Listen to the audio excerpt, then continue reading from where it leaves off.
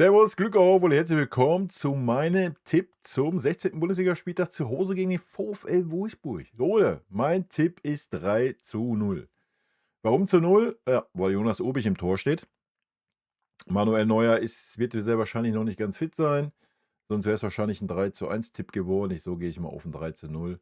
VfL Wolfsburg natürlich super schwierig einzuschätzen. Ja, eine sehr schlechte Hinrunde gehabt. Dann Trainerwechsel, wenn ich mich richtig erinnere, dann war es okay. 1:1 Frankfurt, 3:1 gegen, ich glaube, Gladbach und ich weiß es gar nicht mehr.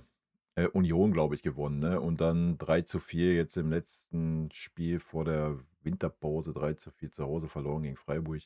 Von daher ein bisschen eine Wundertüte. Wichtig ist, dass wir unsere PS auf den Rasen kriegen. Kriegen wir das hin, sollte das eine klare Geschichte werden. Kriegen wir das nicht hin, kann es interessant werden. Wie gesagt, Wolfsburg ein bisschen eine Wundertüte. Von daher, schauen wir mal. Ich bin gespannt. Rot-weiße Grüße gehen raus.